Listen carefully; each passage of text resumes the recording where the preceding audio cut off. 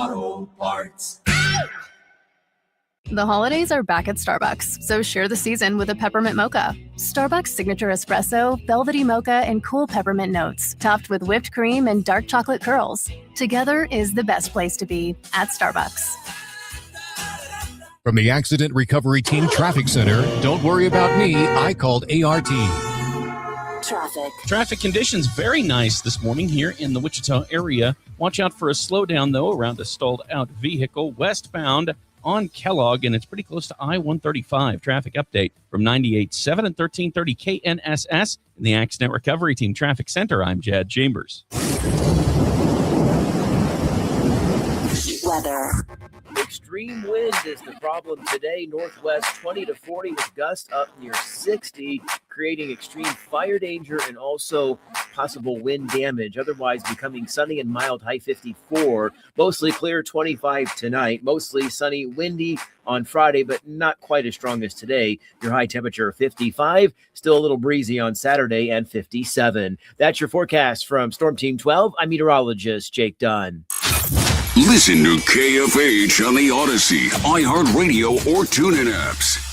Kansas Fan Headquarters, 97.5 and 1240 KFH Wichita, KNSS HD2 Clearwater, an Odyssey sports station. Hey Wichita, it's Jacob Albrock. Stay right there for the latest breaking in sports talk. It's Sports Daily coming up next, exclusively on 97.5 and 1240 KFH. Jim Rome here with your report. Miami Dolphins coach Mike McDaniel ripping the rug from his QB1 Tua Tagovailoa is not shocking. The shock is that it didn't happen sooner. And the only reason it didn't was because the Dolphins had gone into Monday night's game riding a 4-game winning streak. Not that Tua had much or really anything to do with that at all. The Dolphins were gashing teams on the ground, not beating them through the air. And as poorly as he played Monday night versus Pittsburgh, that's not just one game. That's effectively who he is right now. 2023 Tua ain't walking through that door. That dude is dead and gone. He leads the league in INTs. He's got the 4th worst QBR in the league and has clearly regressed.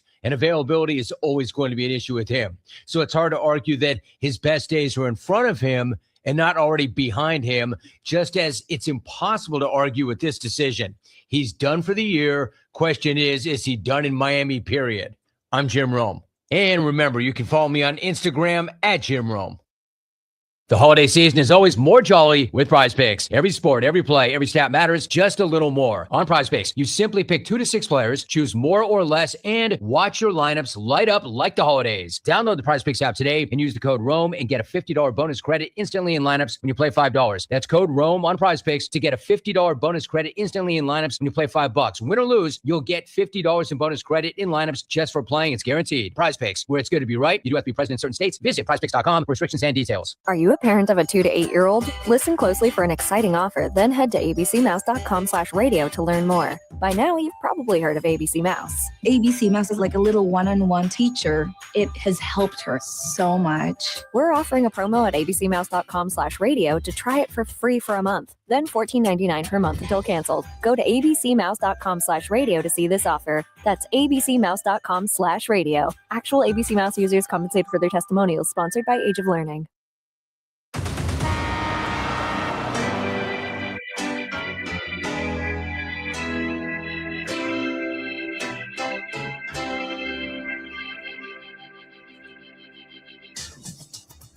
Now, from Wichita's most listened to sports radio, 97.5 and 1240 KFH, this is Sports Daily.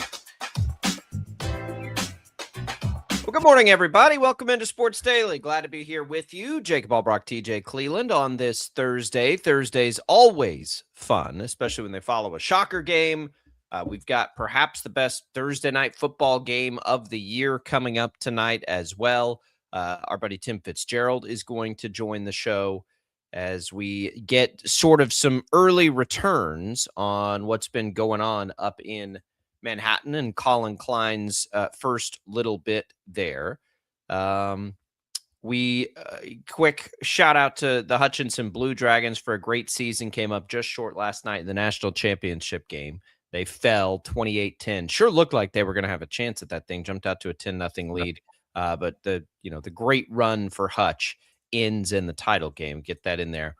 in case we let it slip through today. But we'll have tons for you today. Jacob Albrecht here alongside TJ Cleveland, Max Power producing. Everything we have for you is What's on Tap, brought to you by the Wichita Brewing Company. Now featuring a Christmas cocktail menu. Dazzle your date with a stockings and snowfall. Make merry with a mistletoe mint.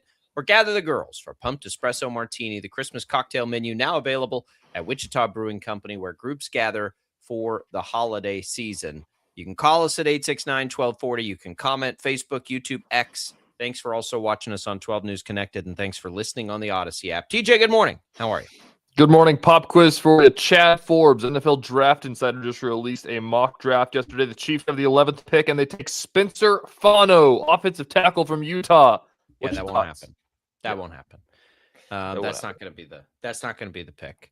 Speaking of draft, Jalen Daniels yesterday, as we're kind of popping through the headlines here, declares for the draft. Like, what was the other option? I think you have to do that. That's why they do that. If you want to enter your name, you have to actually declare yourself into the draft. That's why you do it. Okay. But it's funny that we don't see every senior across the country declare for the draft. No, you don't. But for those that have a chance to be drafted, you do. But I guess you just don't have to make a big announcement about it. It's not difference? I think you literally just have to tweet out an NFL draft picture. Guys do it, but it's cool to do it. Yeah, I get what you're saying. But it's not groundbreaking news that he's going to the draft because he can't play college football anymore. People do it all the time. People do it in college basketball too. You just have to say that I want to be in the draft pool, basically. Yeah, I mean, I get it from underclassmen, but upperclassmen, yeah, that's just business as usual. You're not making some decision that impacts KU. Okay, just making sure. While we're small talking here, went and saw some Christmas lights last night. Went to check out the illuminations. You a big Christmas lights guy? You into that kind of thing? Yeah. I'm fine with them. Yeah. For sure. We're going to illuminations this weekend, I think. Yeah. That's right. I am if you go see the tulips. The tulips are new. I'm the kind of guy, my wife and I mean, we will sit there for over an hour and a half just sitting there looking at them. They play the songs and the music and everything like that, and they dance around. We'll listen to every song before we move on to the next thing. That's our thing. Yeah, I like Christmas lights just fine. You get so early on when our kids were really little, we always made a point to go see a neighborhood. And I remember as a kid listening to mom. I have 4 brothers and, a dad who was legitimately a cowboy for a living. So my mom would drag us all out to go look at Christmas lights. And you can imagine how that went. But I'm definitely not a Scrooge. I'm into it. I don't do much at my house now. I just changed the garage lights at night to red and green. Which the whole neighborhood does now. Is kind of cool. Little trend to start there because it does look good as you're driving up. But yeah, I do appreciate the people. When I was in college, my roommate and I, we went Griswold on it. We were like, how much money do we have? Can we spare the Keystone Light Fund for a week and go to Walmart and get as many inflatables as we can? So we just had it was insane. We would just put anything we could afford. It got plugged in and blown up or lit up or whatever it could be. So we did that. That was fun. But now, yeah, I appreciate the people that do it. Anchor those down today, by the way. Go flying across the neighborhood. We're going to have a nasty day today with the wind, but that's awesome. I haven't been to illuminations in several years. I'm glad we're going this weekend. It'll be fun. It's true. Golf game's back. While we're doing some housekeeping here, went to the driving range yesterday. I think we're officially back. I need to get a tee time. Play around? No, I didn't have time. I wanted to go to the range first before I played. With the Christmas lights. Just in case the golf game wasn't good, I didn't want to waste my time out on the actual course. And then it was good, and I'm like, well, let's see what they got. And there was not a tee time to be found. It was too nice outside. Yeah, it didn't even cross my mind. I wonder if I have time today. I don't think I do. Today is going to be awful. I think. Oh, that's right. Today's the crap weather day. Tomorrow, maybe I'll hit the range. I was thinking about it as going to play around, but I could go to the range. I'd go to the range tomorrow. Maybe I'll do that too. That's a good idea. I'd swung a club in a while. Well, I'm glad your game's back. We'll fully expect sub 80 all year next year when the courses open up. Shockers get a win last night and miss a bunch of free throws. We'll talk about this on the other side. But that just as we're going through the notes here, they do beat Wofford. They missed the cover by 1 point for all those interested in that sort of thing. But it's 84-73. I think the line was 12. And it's, again, a bunch of missed free throws. But we'll talk about it and dig into that game as they now just have one more on Sunday before the start of conference play after the week off for the holiday. We're there. So what do we think? Let's set some expectations here for this bad boy. We'll be kind of off and on doing some traveling. We'll have no shows around holidays. So today's a pretty good day to take a look at that before that final non-conference game. So we'll do that on the other side as well. Let's get you right out of the gates with a giveaway here this morning. You want to win some HTO? You can do it right now. Just text us to win. Enter the contest by texting the keyword TEA, to the short code 20357. That gets you one entry. You can enter every day. Message and data rates apply. A free iced tea, more than 25 flavors to choose from while you're in there. If you're in East Wichita or Derby, check out all the amazing coffee drinks. Now the Snickerdoodle latte. There's a new coffee launch coming here in a little bit. The peppermint mocha is back this year. And, of course, all your holiday and Christmas stocking stuffer needs, gift cards, hats, shirts, all the fun stuff, all the good snacks. Go to HTO, get your free tea, win it with us. Text this keyword T to the short code 20357. Good luck, everybody. All right, we'll come back. We'll talk Shockers. Big winners last night against Wofford, 84-73. We'll have that. We have Tim Fitzgerald coming in just a little bit as well. Can't wait to talk to him about everything going on with Collin Klein, his take on Jace Brown. Hey, we watched a wide receiver for Hutch catch a touchdown in the national championship game last night. And he looked pretty good. Threw up the K-State gloves on TV afterwards too. That's right. Everybody know. He should have practiced that. He went too fast with it. He was, just hold it there and give us a look. But he had a good play, he had a good game. We'll talk to Fitz about that, and we will have PJ Glasser in. I don't know I am fired up for Rams Seahawks tonight. I cannot wait for that game. So we'll get his take on it. What do we expect? What do we think? It's fantasy football playoffs starting tonight. Stressful football the rest of the way. We'll have. Did you see my message? I got last place by 2 yards in our league. Well, it's just as hard to get last as it is first. You got to try hard at that. Congratulations. I'm proud of you. A lot of picks. A lot of picks next year. We'll talk Shockers.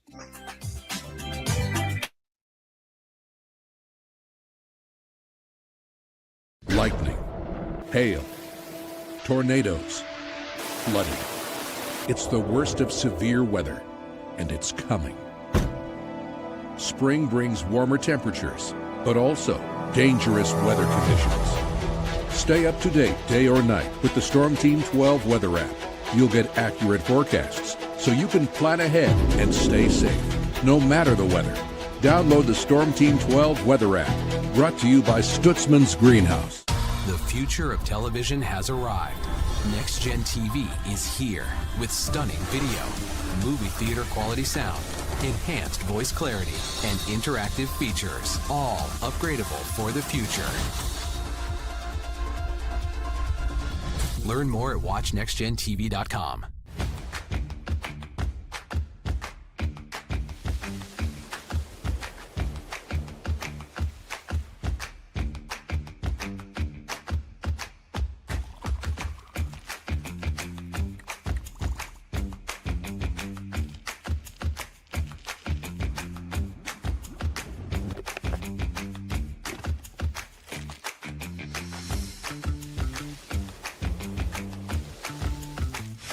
The canvas of our imagination. They tell a story. Clouds affect the events of your day. Sometimes they growl, sometimes they inspire, but they're always the messengers of nature's mood, written in the sky. Storm Team 12 understands the language of clouds. We're dedicated to decoding their message, so you know what to expect. Behind every cloud, there is a story waiting to be told. Trust Ross Jansen and Storm Team 12, alerting you first to the impact on your life. We are following a breaking update. Every day, all day, stream the stories that have you talking near and far. Whoever is behind the wheel of this bus is not stopping. From hundreds of local reporters and meteorologists spanning the country. Chaos here this morning at the UW campus. Search LNL for the all-new Local News Live streaming app. Odyssey is one of the most influential audio and entertainment brands in the nation. You already know Odyssey's iconic local radio brands in Wichita. But did you know Odyssey has the country's best collection of music, news, and sports brands? Odyssey is also a premium podcast creator, major event producer, and digital innovator. Odyssey brings people together across the country and right here in Wichita. Odyssey also delivers meaningful radio and digital audio results. Find out our story and impact at odysseyinc.com/Wichita. Make yourself known now. 310-1 in traffic pursuit. Oh my God, here. Investigate TV Plus begins with real people. We investigate stories that impact you And inspire change every day. Something is broken. Real problems. Why are they hiding it? And real solutions. My daughter was dying in front of me. What was your reaction when he said that? Investigate TV Plus, weekdays at 3:30 p.m. on KWCH. Sometimes people tell us, I don't get it, it's just tea. But let me tell you, we are so much more than just tea. With 20 plus flavors of sweet and unsweet iced tea, the possibilities are endless. Come on in and try them all for free to find your favorite or get us on the go for your busy lifestyle. And don't miss happy hour every day. So the next time someone tells you it's just tea, tell them to come by and find out why we say drink tea, be happy. Jim Rome here, lighting up your afternoons on The Jim Rome Show. Catch me starting at 2 on Wichita's #1 sports radio, Kansas Fan Headquarters, 97.5 and 1240 KFH.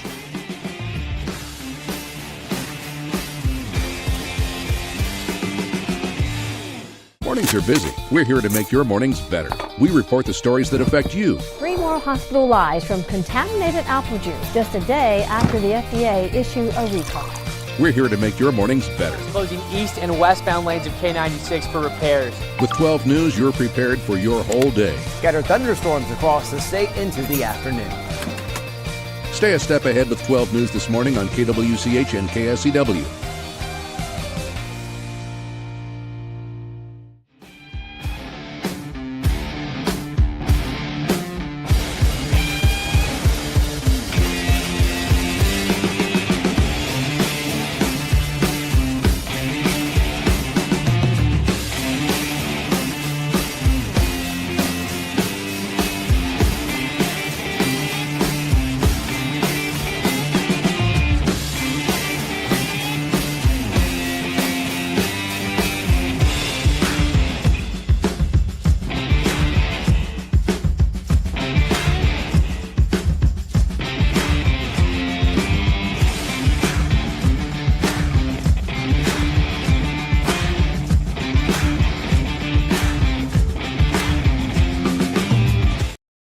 Is on KFH.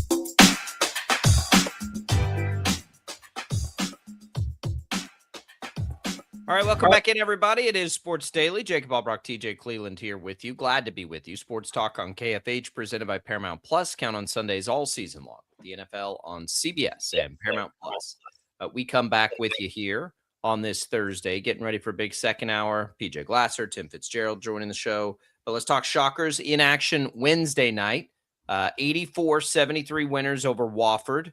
That was about the line for, if you're looking for not knowing anything about Wofford, that was the expected outcome. They are, they're not great this year, but they're not the worst team the Shockers have played. So, 11-point win, you probably feel fine about it. Should have been more though, TJ, because again, and I hope this isn't something that develops into a trend.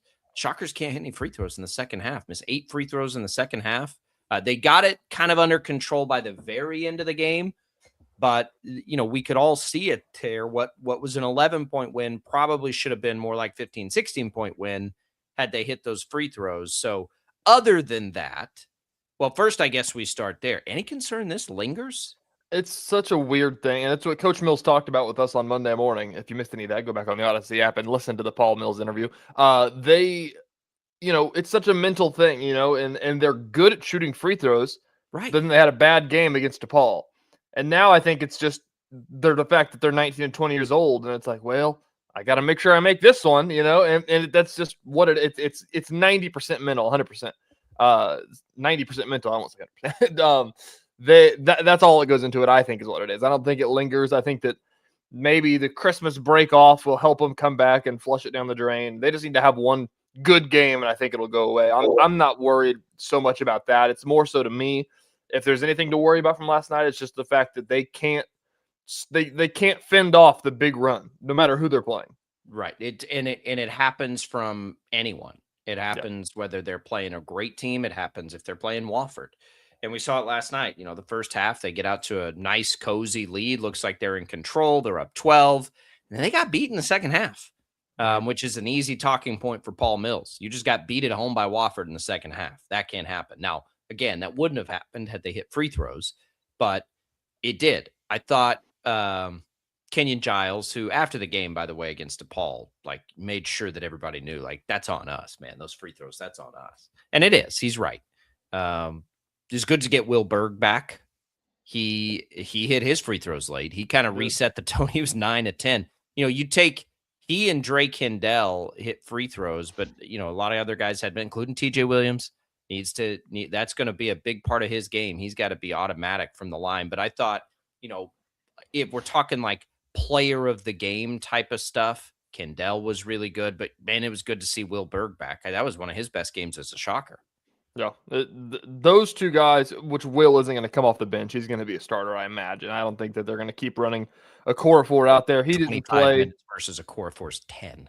I think that there may have been a foul trouble thing or something in that. I can't imagine there was a world where that was by design, if him only playing 10 minutes. But they've got pieces. I think the thing that confuses me the most about the Shockers now is that we really saw this blossom earlier in the year, and now it feels like it's kind of, guys are confused about the roles, I think. And I think that really? it's confusing for us a little bit too. You see the first couple games and it's like Giles can shoot it 40 times. I don't care. Go ahead. And then, you see teams start to adjust and take him away. And that's kind of what happened in the Bahamas. And then it was like TJ Williams can step up and make plays. And then now he's had the last two games haven't been his best two games either. And then you think about, Kendall coming off the bench, he just goes 100 miles an hour all the time, and it turned into points last night. Where does he fit into that mix? Where does Mike Gray fit in? Is he going to be just a guy that brings the ball down, sets up plays, and shoots threes, or is he going to be a legit scoring option? I think that they are still. It feels like they've gotten confused. I think that their identity has gotten themselves confused. Excuse me. It's a little bit like KU. Whenever they figured something out, and then when Peterson plays, they're like, what do we do now? Darren Peterson's out here with us. And that's not the same thing as the Shockers, but in a little bit, that's the comparison, I think. I think it's fine that they play so many guys, so many minutes. I think especially when we see the opponent's propensity to get on a run, more than just a run. Obviously, we know the cliche, teams make runs in college basketball. This is something a little different than that, I think. We're seeing the Shockers kind of give it up a little bit. They clinch up and they can't run what they were just doing, right, to get them the lead. So I think for me, it's like we're going to have one more game here. What do we think of what we're seeing? I'm trying my best to remember back to this time of year, the last 2 years, and rack my brain of okay, what do we think? I still think this group, generally speaking, feels, I think, a little more talented, but even a little more locked in and same-minded. As the last few years, I think they'll have more options. I actually kind of like the depth because, was it year one? It was Colby Rogers, and it's well, it's going to be Rogers or nothing. Last year, I don't even remember. Now it's okay, one night, it's going to start with Giles, and that's fine. Because if Giles is shooting like last night, you let that shot great last night. That TJ Williams is an option if it gets ugly. Maybe Kendall can do something like that. We know they can go through their bigs. We've seen that enough. Berg and a core four. Like if they want to start a game that way, and they probably should, they can. So they've got a few options. It's really, to me, it's more about like, okay, now how does this translate into conference play? Where do they finish? How can they finish? Because 7-5 going into conference play is the worst record going into conference play Paul Mills has had, I believe.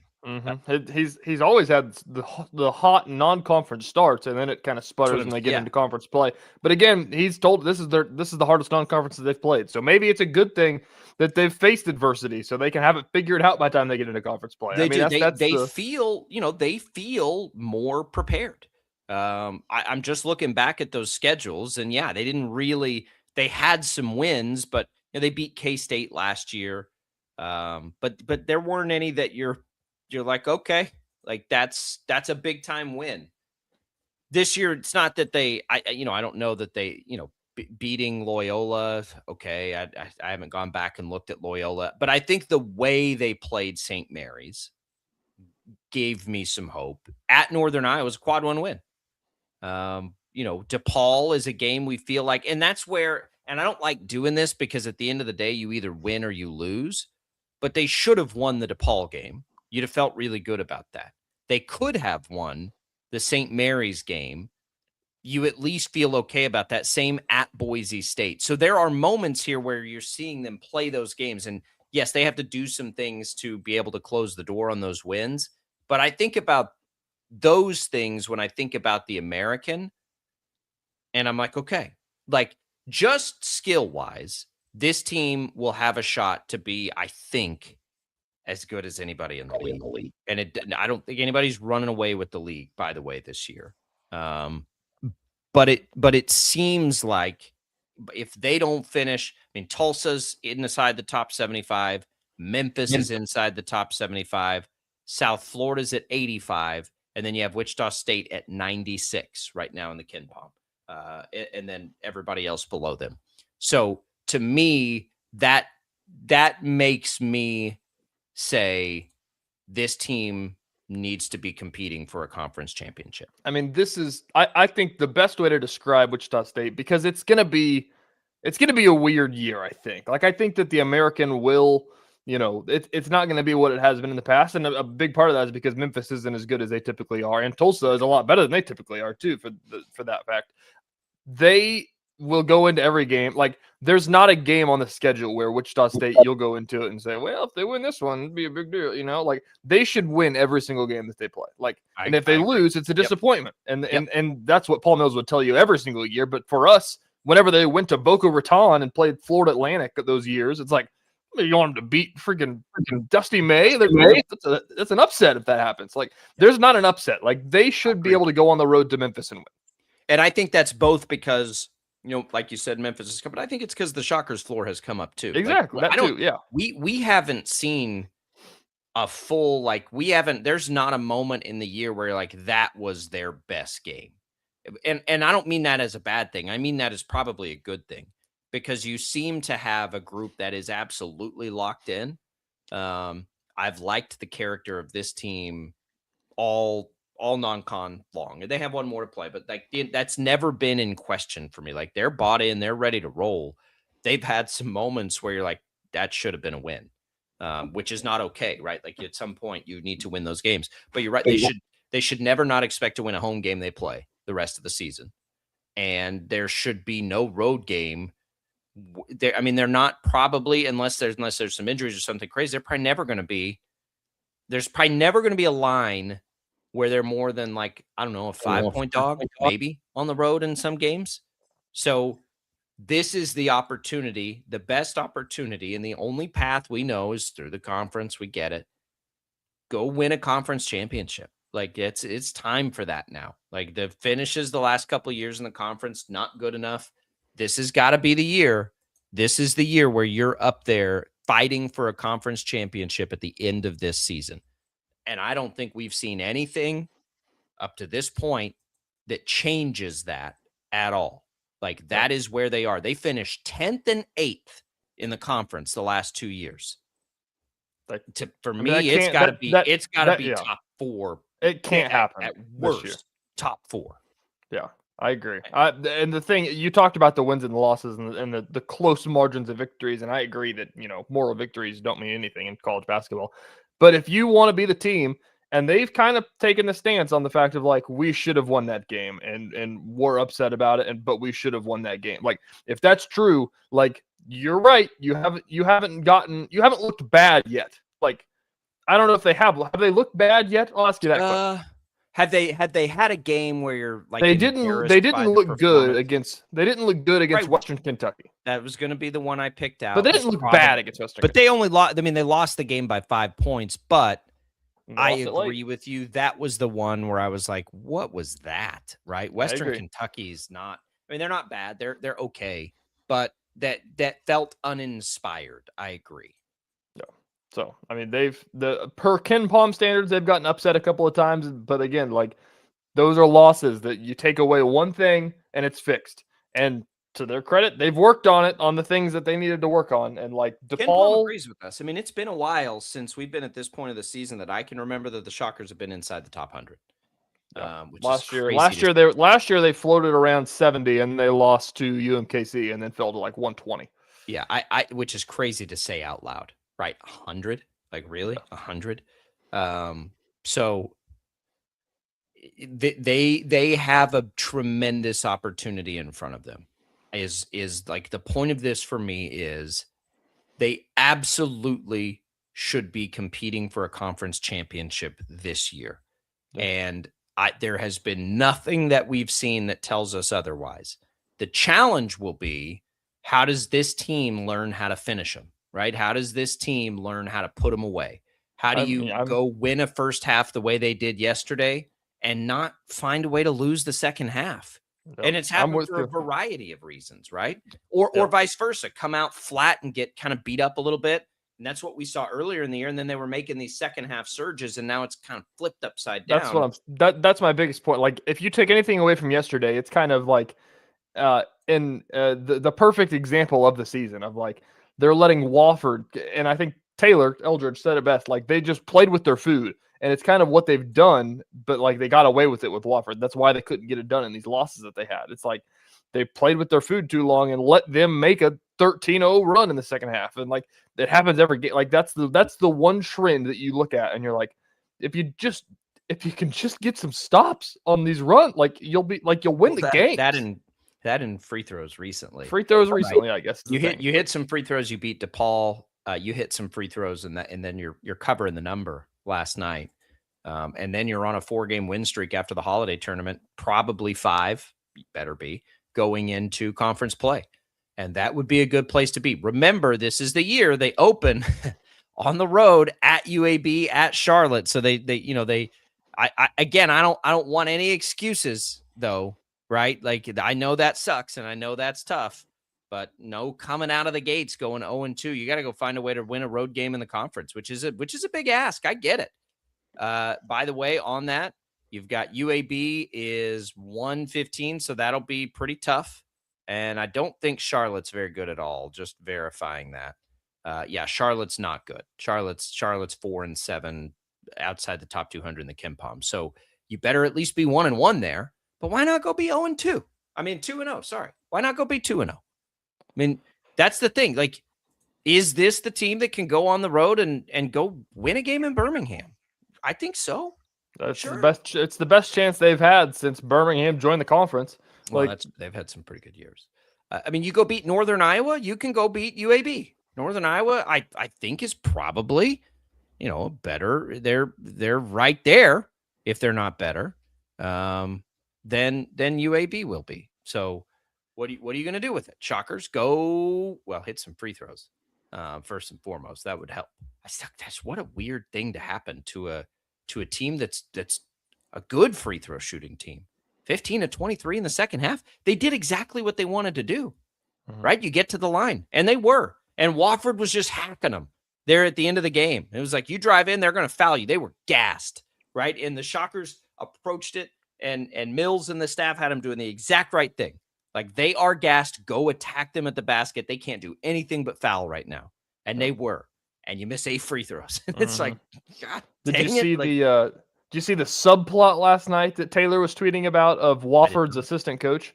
Their a director of player development, Andrew Muse, was a former grad assistant at Wichita State the last 2 years, got hired at Wofford this year. And so Mills, whenever they were going to the north side of the court to Wofford's bench, Mills would say, set three. And he would stand up and he'd say, opposite corner, here it comes.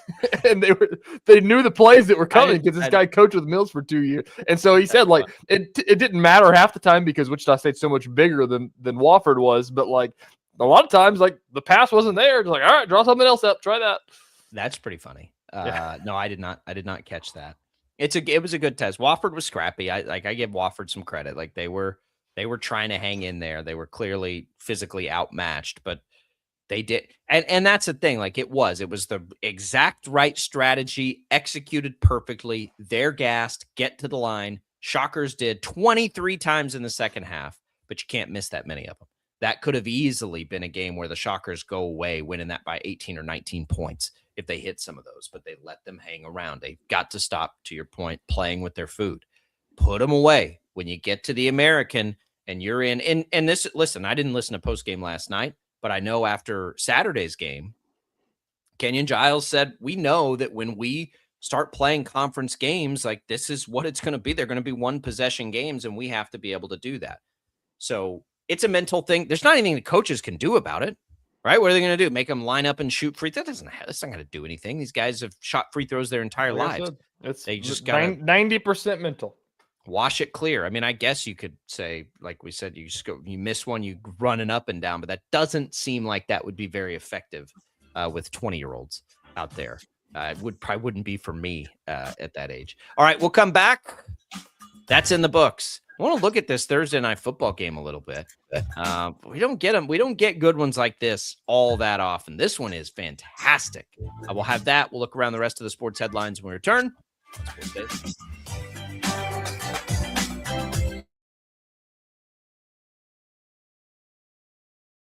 Lightning, hail, tornadoes, flooding. It's the worst of severe weather, and it's coming. Spring brings warmer temperatures, but also dangerous weather conditions. Stay up to date day or night with the Storm Team 12 weather app. You'll get accurate forecasts, so you can plan ahead and stay safe, no matter the weather. Download the Storm Team 12 weather app, brought to you by Stutzman's Greenhouse. The future of television has arrived. Next Gen TV is here with stunning video, movie theater quality sound, enhanced voice clarity, and interactive features, all upgradable for the future. Learn more at watchnextgentv.com.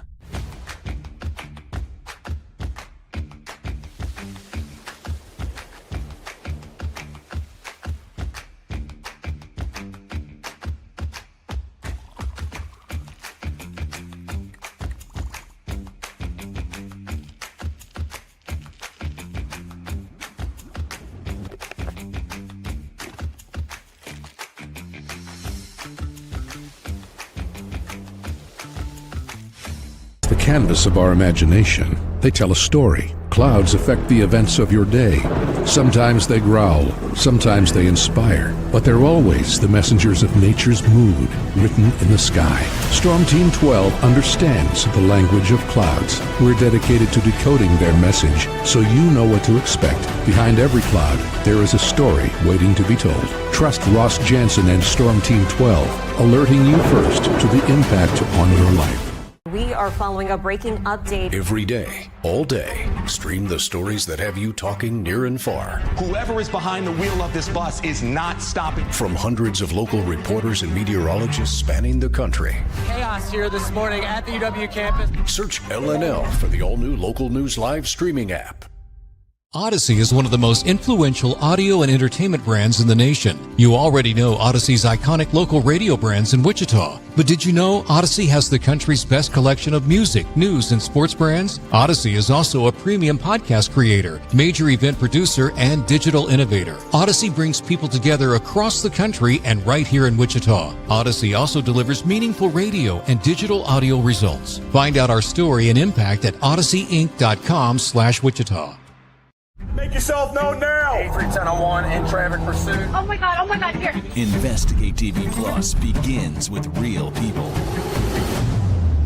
We investigate stories that impact you. And inspire change every day. Something is broken. Real problems. Why are they hiding it? And real solutions. My daughter was dying in front of me. What was your reaction when he said that? Investigate TV Plus, weekdays at 3:30 p.m. on KWCH. Sometimes people tell us, I don't get it, it's just tea. But let me tell you, we are so much more than just tea. With 20 plus flavors of sweet and unsweet iced tea, the possibilities are endless. Come on in and try them all for free to find your favorite or get us on the go for your busy lifestyle. And don't miss happy hour every day. So the next time someone tells you it's just tea, tell them to come by and find out why we say drink tea, be happy.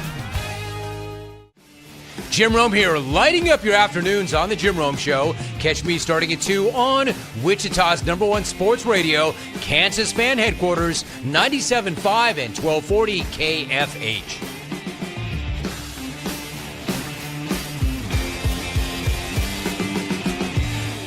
Mornings are busy. We're here to make your mornings better. We report the stories that affect you. 3 more hospital lies from contaminated apple juice just a day after the FDA issued a recall. We're here to make your mornings better. Closing east and westbound lanes of K96 for repairs. With 12 News, you're prepared for your whole day. Scattered thunderstorms across the state into the afternoon. Stay a step ahead with 12 News this morning on KWCH and KSCW.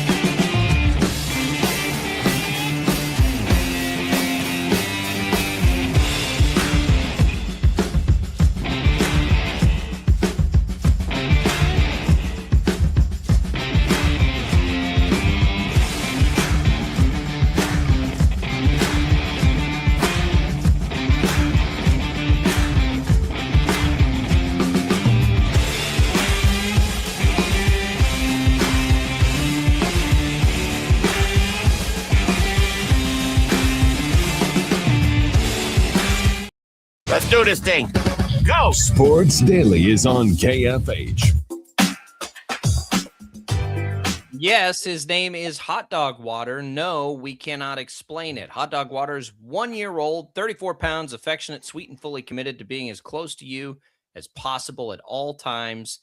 This pup, if you sit down, will be there. If you stand up, he's there. Personal space optional. If you're looking for a smaller size dog with a huge heart and zero shame about showing love, Hot Dog Water is your guy. You can visit Hot Dog Water at the Kansas Humane Society, or if you want to help pets like Hot Dog Water, KHS has a list of items they use every day.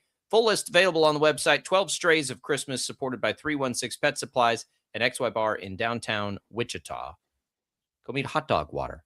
I don't know about small dog at 34 pounds. I'm not sure I agree with that classification, but sounds like a good pup as we continue that 12 Strays of Christmas. What do you think about, how do you like to name pets? I know you've been trying to con your wife into getting a dog. I've really started to really love pets with human names. Like so Jeff. Like it's the worst way to name a dog. No, I don't think so. I had my dog growing up. I had a dog. I've always had Australian Shepherds. We were out on the ranch. They were working dogs. Like they helped us. And now I have a mini Aussie here now. But my dog growing up was named Pete. Like his name was Pete. My dad wanted to name me Pete. Abraham Peter is what my dad wanted to name me. But yeah, Pete the dog. And it was like the best dog name, Pete. And now I hear like, we have some great friends with a cat named Cheryl, and I think it's the greatest name ever. And I really wanted to, when I got the kids this cat recently, I wanted so badly to give it a human name, and I was outvoted. We wouldn't do it. But I think it's hilarious when you meet a pet with a human name. It's pretty funny in the context of like, oh, I got to take you home. You guys got to meet Peter. It's like, oh, you have a roommate. Yeah. Yeah, he's 34 pounds. Damn it, Cheryl. What'd you get into this time? Like, I think pretty funny. I think it's great. But yeah, it's good stuff. Let's bounce around. There's quite a few NFL headlines to get to today. You've got the game tonight. It's a 1.5 point line. I can't wait for it. We'll get all those angles and stuff from PJ Glasser. I don't think Devontae Adams is going to play, but this is a big time game. Like I love this. Now you've got all this Puka Nacua drama. I don't know what's going on there. Like what seemed like one of the quietest times players that there is like goes on a live stream and just goes ham on everything that he possibly can. Sean McVay apparently had a kid this week and has the flu.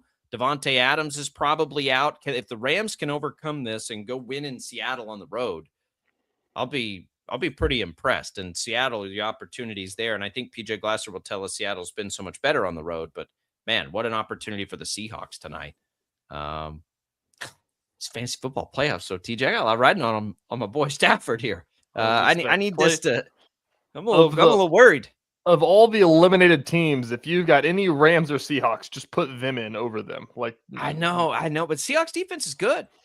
Here is a real, and we'll parlay this into some Chiefs talk. This is relevant, I promise. It's not just talking fantasy football, which I know nobody wants. But I have a decision to make, and this is an interesting one. Colby Parkinson, who is the Rams tight end who's come on like crazy lately. Devontae Adams is out. Or Travis Kelce. How do you handle Kelce? How do the Chiefs handle Kelce? And how do the Chiefs handle all of these guys right now? Isn't that crazy? Like, we're to the most important part. You're like, yeah, I probably need to sit Kelce for Colby Parkinson. But it's real. Like, it might be the play. I know. I have no idea. I have no idea what the Chiefs are going to look like for these next 3 games. I've got absolutely no inkling of an idea. Like, did you see the practice report yesterday? I saw a couple guys. Practice report yesterday. Leo Chenal, Trent McDuffie, Jalen Moore, Rashee Rice, Jawan Taylor, Tyquan Thornton did not practice at all, and Chris Jones was limited. Okay. I don't think Trey Smith practiced either. He didn't have an official designation. I mean, what are we doing here? I mean, we talked about that with Josh Briscoe on Monday. Like, is this going to look like a bowl game? Like, how much are the starters going to play in these next 3 games? Like, you don't want to just be the NBA and just load management. Yeah, go home, guys. We got it from here. There is like no chance Andy Reid will do that. By the way, I don't think so. But what are you supposed to do? Like, it's the Titans. Speaking of fantasy, I'm playing the Titans defense in fantasy football in like the second to last round. I went and picked them up off the scrap heap. Like, what are the Chiefs couldn't run an offense with Patrick Mahomes? What are they going to do now? I don't know. I'm so curious to watch this game. Like I said, I am so I'm more excited to watch this game than I was the Texans game on Sunday night a couple weeks ago. Just because I want to see what the heck it's going to look like. Like, is Gardner Minshew going to lead an offense to a win over the Titans, albeit? But yeah, can he lead the Chiefs to a win? I don't know. I mean, I do think there is, like, Minshew's role is an important one. Like, that is something to watch. If Minshew can come in and have some success, there is at least a 50-50 chance whoever the quarterback is next year is going to need to play 4 games. Like, or 2 games or 1 game or no games, but be ready to play games with Patrick Mahomes coming off the most serious injury of his football playing career.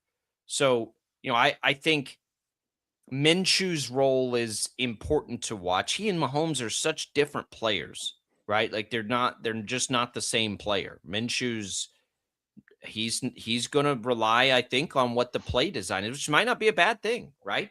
But now, like, if Rashee Rice has a concussion, and that's why he missed practice, and Tyquan Thornton, by the way, are you rushing those guys back? I mean, do they play again? Like, that's my question. Well, with a concussion, yes, probably. But you're going to be careful. At minimum, you're going to be careful.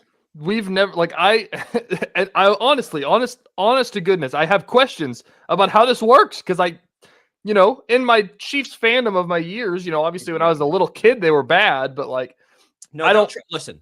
They'll try to win. Look around the NFL. Okay, I there are know. a lot of NFL teams that are eliminated. Don't like to tank.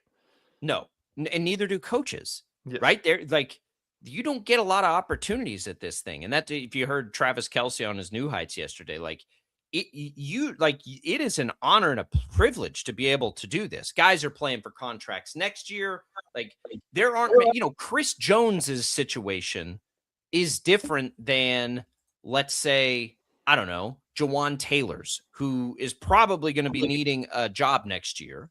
So, or Trent McDuffie, who is trying to prove that he's one of the top guys in the league. Chris Jones, I don't know that I would play him the rest of the way. I would be very careful with Chris Jones.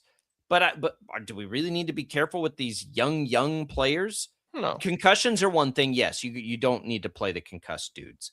But it's a tough ask to say, all right, like you would go under normal circumstances, but we're not going to have you go right now. There's 3 games left in this season.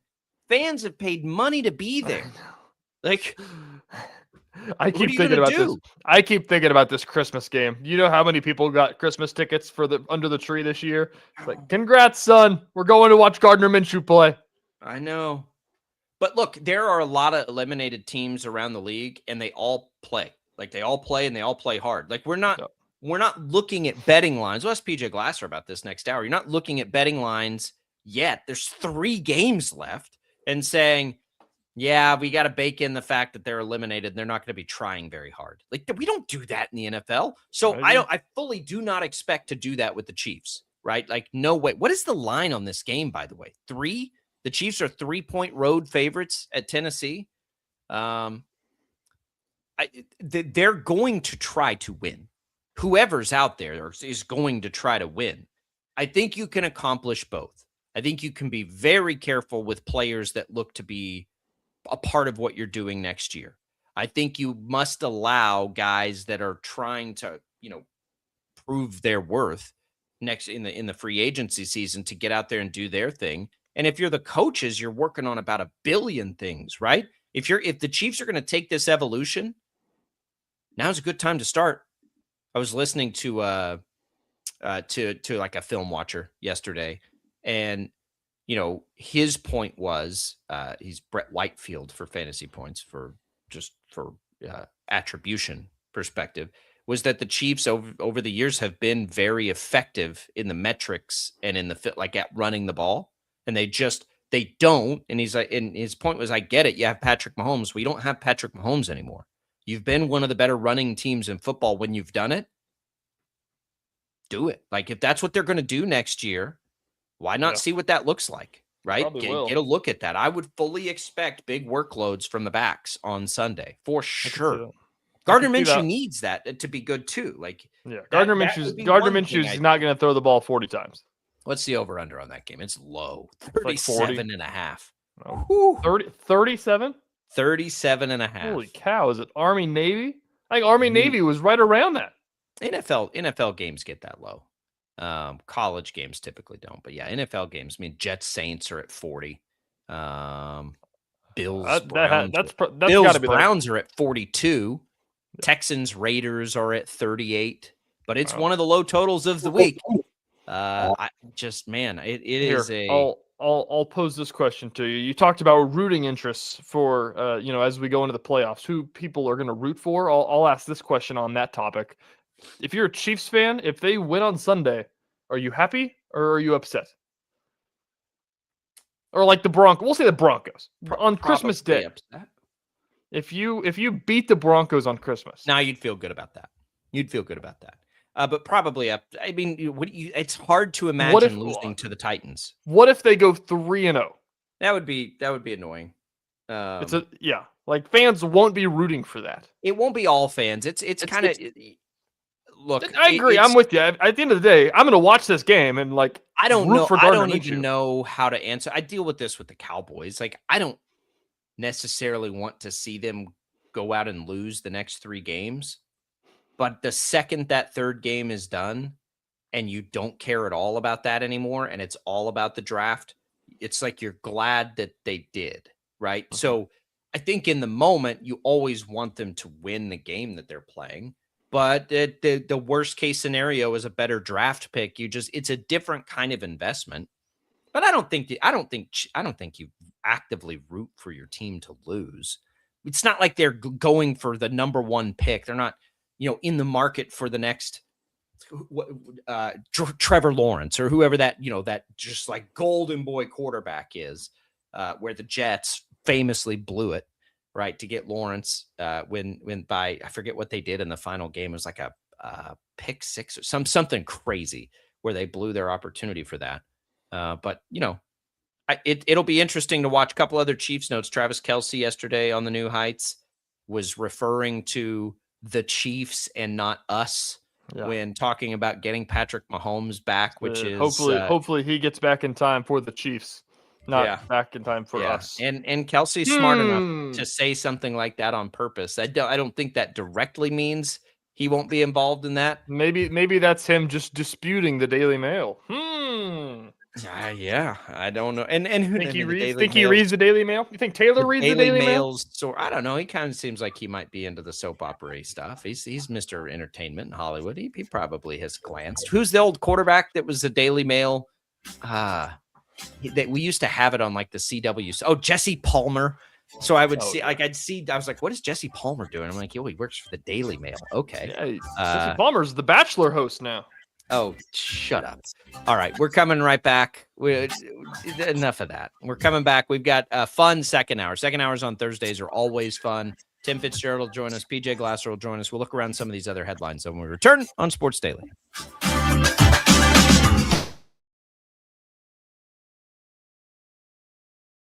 Lightning, hail, tornadoes, flooding. It's the worst of severe weather, and it's coming. Spring brings warmer temperatures, but also dangerous weather conditions. Stay up to date day or night with the Storm Team 12 weather app. You'll get accurate forecasts, so you can plan ahead and stay safe, no matter the weather. Download the Storm Team 12 weather app, brought to you by Stutzman's Greenhouse. The future of television has arrived. Next Gen TV is here with stunning video, movie theater quality sound, enhanced voice clarity, and interactive features, all upgradable for the future. Learn more at watchnextgentv.com.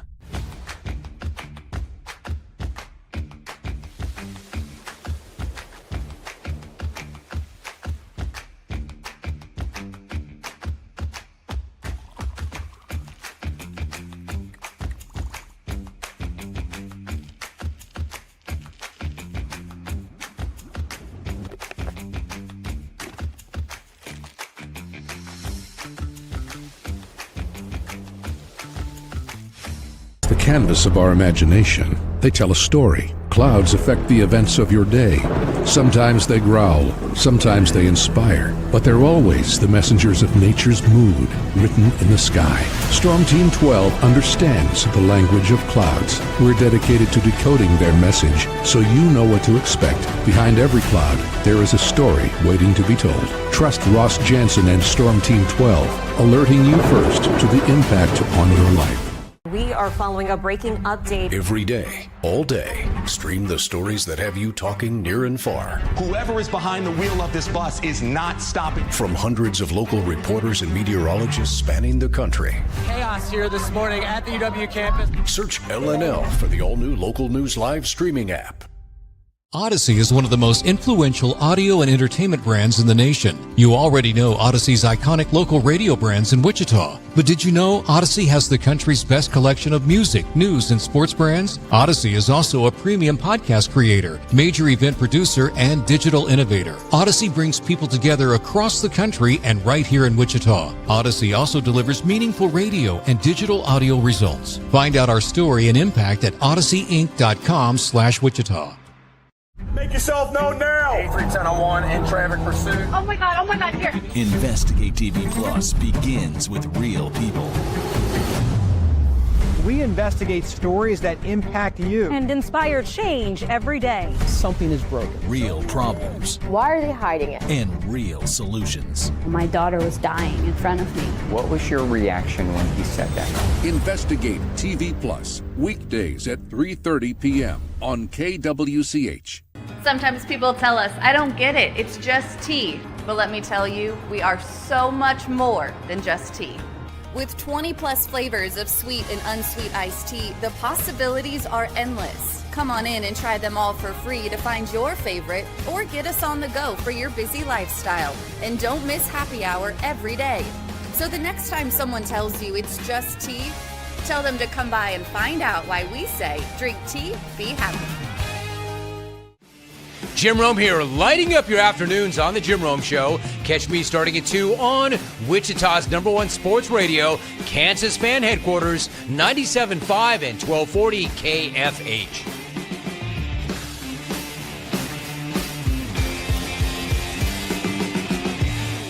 Mornings are busy. We're here to make your mornings better. We report the stories that affect you. 3 more hospital lies from contaminated apple juice just a day after the FDA issued a recall. We're here to make your mornings better. Closing east and westbound lanes of K96 for repairs. With 12 News, you're prepared for your whole day. Scattered thunderstorms across the state into the afternoon. Stay a step ahead with 12 News this morning on KWCH and KSCW.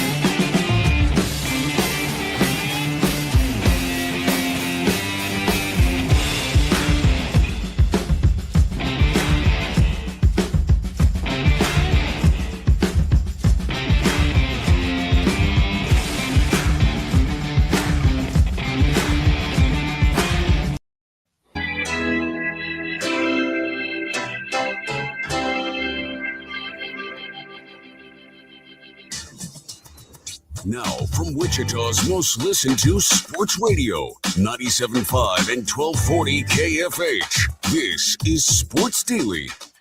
All right, welcome back in, everybody. It is Sports Daily. Jacob Albrock, TJ Cleveland with you on this Thursday, getting you ready for a fun second hour of the show here. We will talk Thursday Night Football and all the betting for the weekend with PJ Glasser.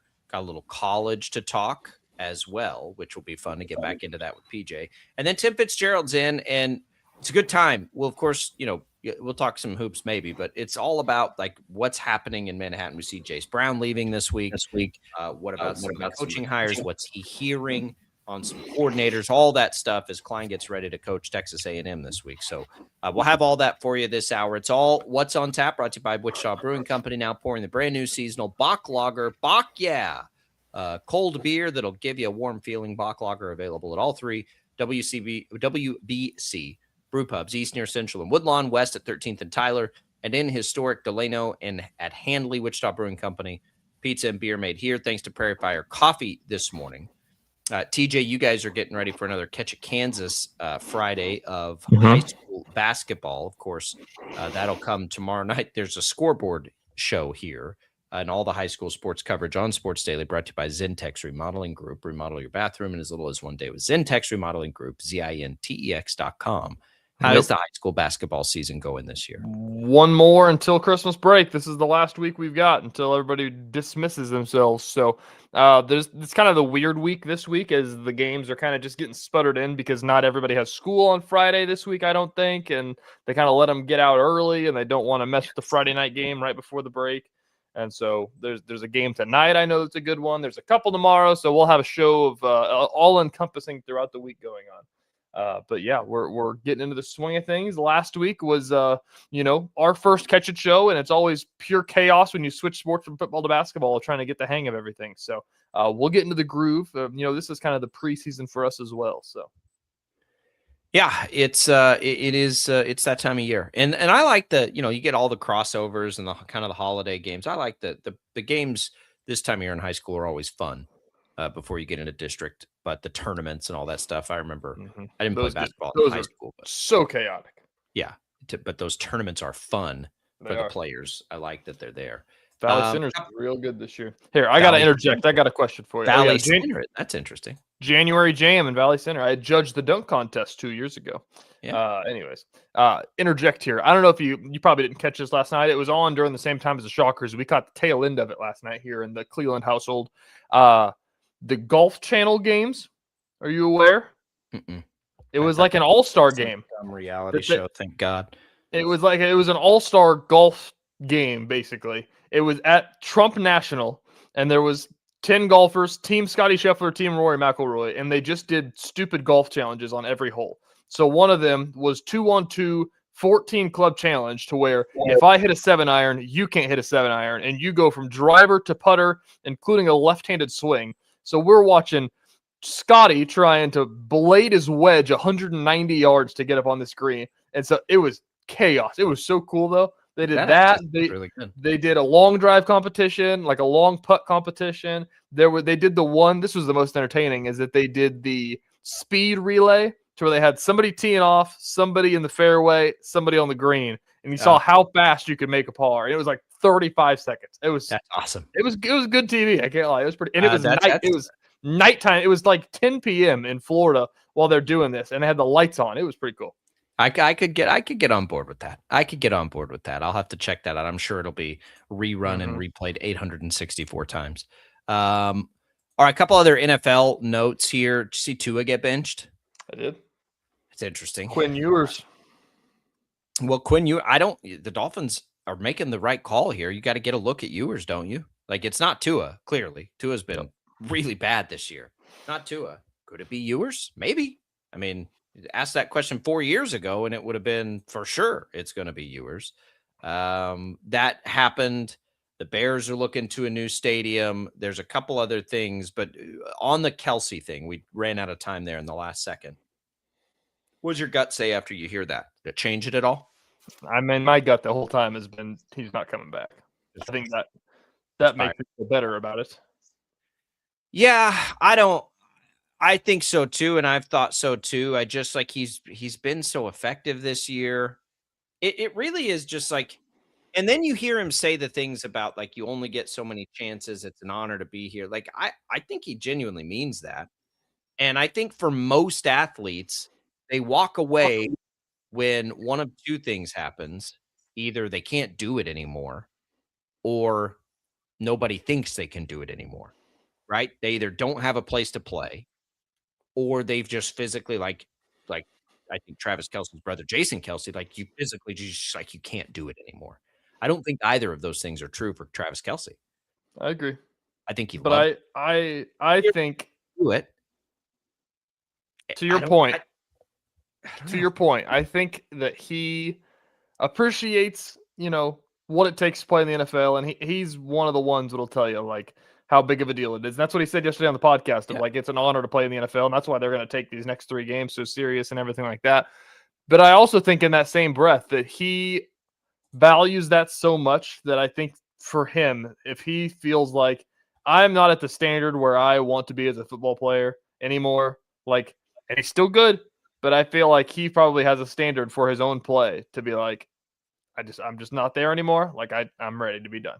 And I think that's the biggest driver. And then there's the thing that article pointed out, like it's hard to not go out on top. And especially when you're wired that way, like to go prove people wrong. I think his season has gone like I thought it probably would. He'd be more of a receiver. The drops thing is strange. But again, like his drops have been more than normal, but Mahomes has missed more throws than normal too. Like he's been off target more than normal. So I don't know how much of it is would it get worse for Kelce next year? What I think though is, man, they are going to miss him when he's gone. Mahomes will for sure. It's a big deal for Mahomes to learn how to play without Travis Kelce. Like that safety blanket, it will just be gone. Mm-hmm. Right? Like who's it going to be? And it's clearly been a huge part of this year. There are about billion things pointing to the fact that the Chiefs have to redefine and become a run-based team. And like, it's not even that, it doesn't even mean they can't still be a really good pass-based team. You look at the Rams run the crap out of the ball, right? The Bills, I don't think anybody runs the ball more than the Bills run the ball. Like, great offenses and great quarterbacks are still a part of run-based offenses. I just, like, there's so many things like screaming at us, it feels like, for the Chiefs to do that now moving forward. I think that let's go back to what you said there. The security blanket comment. Like, do you think that has anything to do with this season? Not the fact that Travis Kelce's not out there, but the fact that Travis Kelce has regressed into not being the player that he was. No, I don't think he's regressed all that much. I mean, honestly, like, the drops are a problem, right? His catch rate is a problem. But he's like, we're talking about versus him. Like, versus himself, sure. But versus the rest of the league, no. Like, there aren't, like, how many better tight ends right this second are there than Travis Kelce in football? Like 3. Maybe. So that's the part of it that is, like, I know, pretty wild. And we see, like, Aaron Rodgers is better than half the starters, right? Yep. Like, Kelce's better than 75% of the starters still in football. I know. I'm asking in the fact of, like, all of the stupid Chiefs offense back when it was really good. It was all, I think that the reason being, and we've talked about this, is the fact of Mahomes had the option of Rashee Rice. Nope, not open. Travis Kelce, just find a way to get open. They've done that, but he's done that for 10 years now. I know, and that's what they were so good at. And now it feels like there's less of that because of, whatever. And I'll call that the Kelce regression, I think, and per his own standards, is that doesn't happen as much anymore. And I think that that's just whether that be a disconnect somewhere, or if that is, him getting older or something like that. Like, is that the reason the Chiefs offense has sputtered? Well, look, I think it's almost been, I mean, yeah, he's got fewer catches. But there's still 3 games to play. So, by his average, you would probably add about 15 catches. I think that's a conservative. Let's say it's 150 yards and 15 catches. I mean, he's right around 80 catches and 1,000 yards this year. So, I don't know what to base that on. Right? Is it 2022 like peak Kelce? No. But it's still highly productive. Now, it'll get skewed this year because it's now Minshew for 3 games. But I honestly, I don't think this Kelce is really that much different than any of the last, 2 years. And I still think that is something that we can't, you can't appropriately value how much that's meant to Patrick Mahomes. Mahomes without that, the big question. What is that? Like, who is the safety guy now when Mahomes breaks down and rolls out and moves around and he and Kelce are just so simpatico? That's what we've said. That's why Mahomes is good, is because he can do that. It is, but you got to have guys that can do it with him. I know. And I hope one of these other tight ends can. There's nobody to compare it to. Like, there is not another Travis Kelce and Patrick Mahomes combo like that. There isn't. I mean, maybe Brady and Gronk back in the day. But Brady didn't roll around and break down plays like that. All right, we'll come back. Let's talk to PJ Glasser. We got lots of college and NFL to talk about with our betting insider. We'll do it next.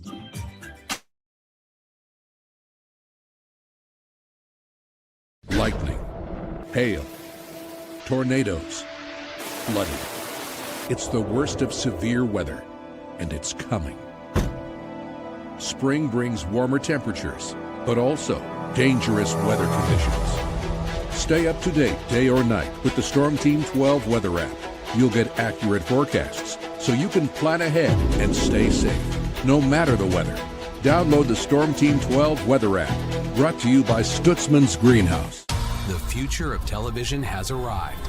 Next Gen TV is here with stunning video, movie theater quality sound, enhanced voice clarity, and interactive features, all upgradable for the future. Learn more at watchnextgentv.com.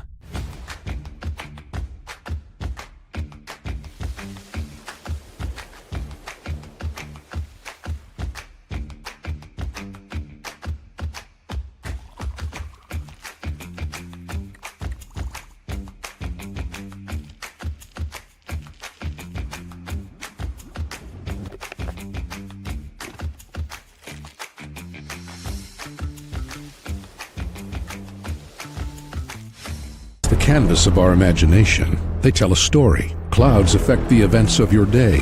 Sometimes they growl, sometimes they inspire, but they're always the messengers of nature's mood, written in the sky. Storm Team 12 understands the language of clouds. We're dedicated to decoding their message so you know what to expect. Behind every cloud, there is a story waiting to be told. Trust Ross Jansen and Storm Team 12, alerting you first to the impact on your life. We are following a breaking update. Every day, all day, stream the stories that have you talking near and far. Whoever is behind the wheel of this bus is not stopping. From hundreds of local reporters and meteorologists spanning the country. Chaos here this morning at the UW campus. Search LNL for the all-new Local News Live streaming app. Odyssey is one of the most influential audio and entertainment brands in the nation. You already know Odyssey's iconic local radio brands in Wichita. But did you know Odyssey has the country's best collection of music, news, and sports brands? Odyssey is also a premium podcast creator, major event producer, and digital innovator. Odyssey brings people together across the country and right here in Wichita. Odyssey also delivers meaningful radio and digital audio results. Find out our story and impact at odysseyinc.com/Wichita. Make yourself known now. 83101 in traffic pursuit. Oh my God, here. Investigate TV Plus begins with real people. We investigate stories that impact you. And inspire change every day. Something is broken. Real problems. Why are they hiding it? And real solutions. My daughter was dying in front of me. What was your reaction when he said that? Investigate TV Plus, weekdays at 3:30 p.m. on KWCH. Sometimes people tell us, I don't get it, it's just tea. But let me tell you, we are so much more than just tea. With 20 plus flavors of sweet and unsweet iced tea, the possibilities are endless. Come on in and try them all for free to find your favorite or get us on the go for your busy lifestyle. And don't miss happy hour every day. So the next time someone tells you it's just tea, tell them to come by and find out why we say drink tea, be happy. Jim Rome here, lighting up your afternoons on The Jim Rome Show. Catch me starting at 2 on Wichita's #1 sports radio, Kansas Fan Headquarters, 97.5 and 1240 KFH.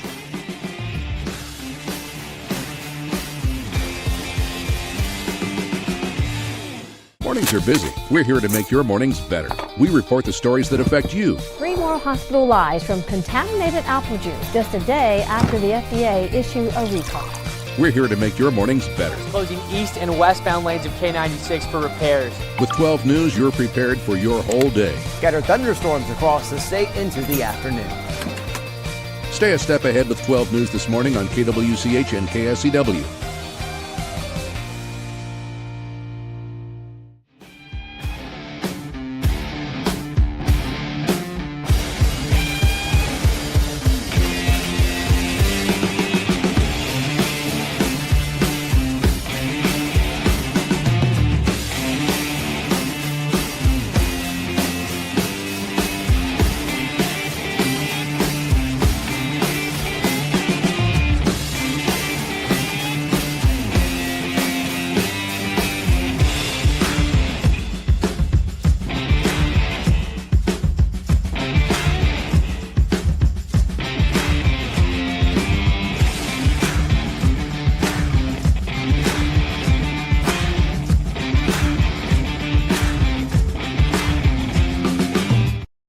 Sports Daily on KFH.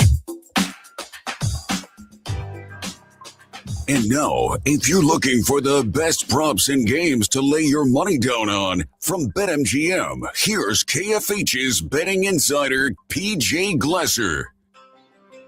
And welcome back in. PJ Glasser joining us here on Sports Daily. Glad to have PJ in for another week. Glad to have college football back. He's host of Send It In and Betting Inside the Betting Lines on BetMGM Network. PJ, how are you? Doing good, fellas. How are you? Oh, we're doing good. Look, we got college football here that we can actually talk about. I think, right? Like we can get to these games here, and then we'll miss you next week. But before we switch to the NFL and a great Thursday night football, let's talk about these opening round games: Alabama, Oklahoma, Miami, A&M, Tulane, Ole Miss, James Madison, Oregon. all pretty decent lines until you get to Ole Miss and Oregon. But the problem is, and we saw this, like the time off to me is like a real kind of messes with everything, and maybe more in the next round than this round. But it's been a long time since we've seen these teams play. It has, and all these games, have interesting angles. Bama and Oklahoma is a rematch from a couple weeks ago when they played in the middle, or about a month ago now. So much time has passed. They played in the middle of November, so that should be fun. Miami and A&M, I think, are two teams from a talent standpoint that are good enough to maybe make it to the national championship and on their best day win it. So that'll be a fun one head-to-head. And then Ole Miss seeing them without Lane Kiffin, and JMU seeing if they can put up a fight against Oregon will be fun to watch as well. So I'm excited for all these games. I'm excited for it to kick off tomorrow night. It should be a lot of fun. There you go, PJ. Let's dig into them. We'll start with I'm going to start with the big lines. I love asking about the big lines. The two Group of 5 teams in this year. There's one, the Oregon favored by 21. Over James Madison, and Ole Miss favored by 17.5 over Tulane. You like any juice that we're getting on those? So the Oregon JMU line, TJ, my angle would probably be a James Madison team total under at BetMGM. 14.5 unders juice to -165. So you probably don't want to lay that. So maybe shop around, see if you can get a different line. Maybe if you can get some alternate lines. That's my angle for that game. I just don't know how JMU is going to manufacture offense. I don't know how they're going to score. I think their defense is going to surprise a lot of people. People are going to watch that game on Saturday night, and they're going to be impressed with JMU's defense. They are legit, and they will get stops on Dante Moore in Oregon. On the flip side, though, I just don't know how JMU is going to score. And, guys, what makes these games so interesting with the big point spreads is, I come on here every week with you guys. We talk about college football weekly, and I talk about some of these big point spreads and letdown spots and look-ahead spots, all these sorts of things. I mean, this is the playoffs, right? Like, there's going to be none of that from Oregon. They are laser-focused on JMU, which I don't think is a great thing for JMU, and they've had multiple weeks to prepare. So I'd look at a team total under there. Tulane and Ole Miss, I'd actually look at the dog. I'd look at Tulane plus the points. I think it's a little bit too many. The Green Wave can score. They're going to be able to put up points. Jake Goretzloff's a good quarterback. Their running backs are solid. And Ole Miss's defense, I think, is one of the weaker units of like the Group of 4 teams in the playoffs. Their offense is awesome, as we know, but their defense is a little bit shaky. And I think Tulane's going to be able to score a little bit on that Rebels defense. So, I'd take Tulane plus the points there. I think 17.5 is too many. And then that JMU team total under I like. The other ones, especially Bama, Oklahoma, we've seen it. Oklahoma won on the road at Alabama by 2 not that long ago. It's mid-November. So do you bring that into play here as Oklahoma's a 1.5 point favorite on a neutral field? You do, and you don't at the same time. Bama lost that game, but they really should have won it. They outgained the Sooners by 200 yards in that game. They lost the turnover battle 3-0. They threw a pick 6. They missed a chip shot field goal. And even by doing all that, they lost by 2 points at home, right? So that's the thing with Oklahoma is if you can limit the turnovers against them, and more importantly than that, if you don't give up any defensive touchdowns, then you're going to be in a good spot. Bama's problem is that they're just not a very good road team. They play everybody close on the road. You think about all their road games this year, whether it was against Auburn, Missouri, South Carolina, Florida State, they lost all the way back in week 1. So they don't win by margin on the road.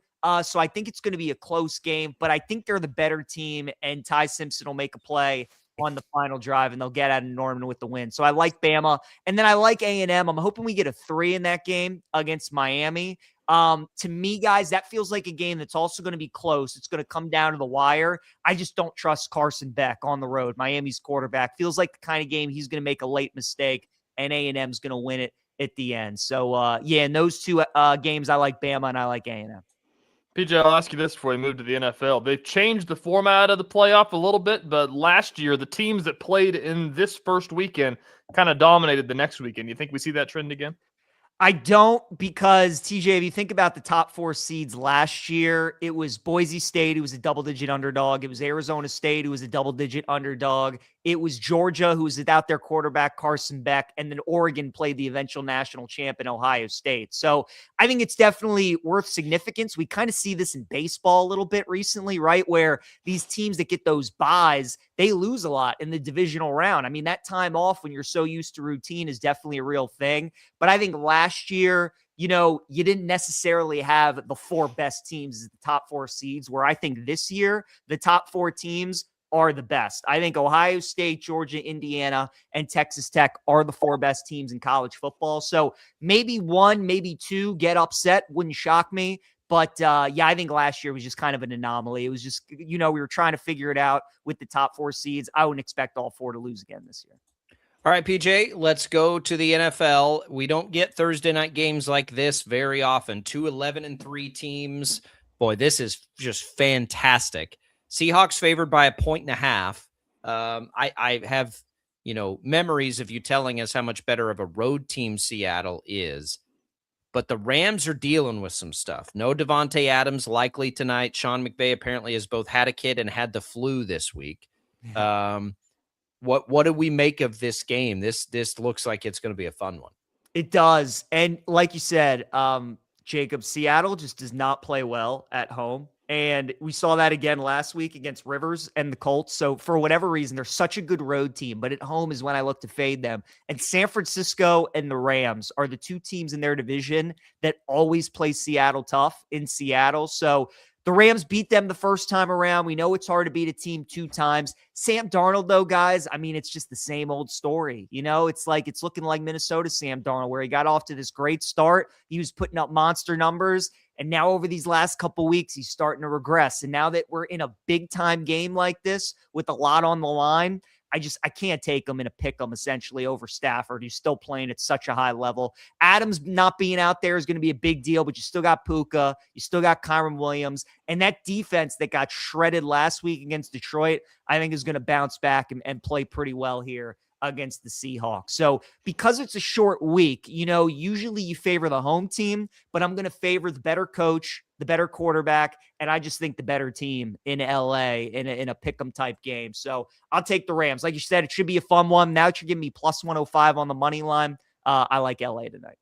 It's going to be a good one. PJ, we get some Saturday night football this week as well, because that makes a lot of sense whenever the college football playoff begins. Let's play an NFL game on Saturday as well. Packers-Bears is also one of the best ones that we'll see this week, because the Bears are back apparently, but they're going to have to prove it this week. But they are laying points against the Green Bay Packers. Crazy to think about. Yeah, it is. And, now that the Bears are starting to be favored at some spots, I'm kind of thinking I'm liking Green Bay in the game. I mean, guys, this rivalry is just dominated by the Packers. And right now, Green Bay, nothing's going right for them. The injuries that they suffered in that Denver game, Parsons out for the season, Watson out for the season. Those 2 injuries probably cost them winning the Super Bowl potentially when you're losing one of the best players in the NFL. Jordan Love's been very up and down. They haven't been that great on the road this season. They just beat this Bears team a couple weeks ago. All these things are really pointing in the favor of Chicago. But it's still the Packers, and it's still a team that they struggle with, and that they just can't get over that hump. So if I was getting 3 with the Bears, 3.5, that's a different conversation. Now that it's a pick 'em, now that they're favored in certain spots, I would probably look at Green Bay in this game. I think the Bears are better than we gave them credit for 3 or 4 weeks ago. Their running game is terrific. Ben Johnson is the real deal as a head coach. But this is a playoff type game. This is at home. All the pressure is on the Bears to win this game. And because of all that, and because of the line, I think I'm going to be on Green Bay now in that game. Not 1, but 2 Saturday games, by the way. All right, let's roll forward here. I just a kind of a general question, and then we can get into the Chiefs specifically. It's been a long time since Chiefs Kingdom around here has been in a situation where they're not playing for anything, let alone with 3 weeks to go. What do we do with these games? How do we approach games where teams are dead and eliminated? I think it's a different case for each of these teams. So for an instance like Kansas City, with a team that's been so used to all the success in the playoffs and Super Bowls, and they're usually in the postseason every year, I think motivation does come into factor, especially with Mahomes out, right? What kind of effort are you going to get out of Kansas City? I think is legit. a team maybe like, Miami and Cincinnati, like those two teams, especially with the performance that Burrow just had, Zach Taylor coaching for his job, McDaniel coaching for his job, they make the change off of Tua. Like those are two teams I would expect to compete, right? First-year head coaches that are trying to save their jobs, players on that roster that are trying to save those jobs. Those are the kind of teams that you want to back. But a team like Kansas City, if Baltimore were to get eliminated from the playoffs over these next couple weeks, that would be a team to look to fake. Some of those veteran teams that are used to making the postseason, I think are teams that you would look to fade. And the lines are reflecting that, right? Even with Minshew, Kansas City only being a 3-point favorite over Tennessee seems very low for that game. I was gonna say we'll dig into it a little bit more. 3-point spread, as you said, it's Gardner Minshew, who we've seen as a starter before, but we haven't seen in a while at least. And we don't know who's gonna even play in this game for the Chiefs. Do you have anything for this game, or are you just not gonna watch it? Yeah, I don't have anything for it.